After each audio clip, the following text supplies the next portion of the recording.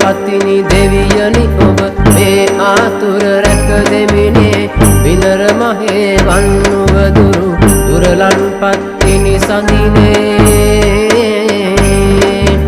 සක්දෙවිඳුට බොජුන් තනා අඳුන්නේ ගිරි කුල මුදුනේ සක්දෙවිඳුන් ගෙන්නා සිට පඬියගේ නෙත මැකු දෙදිනේ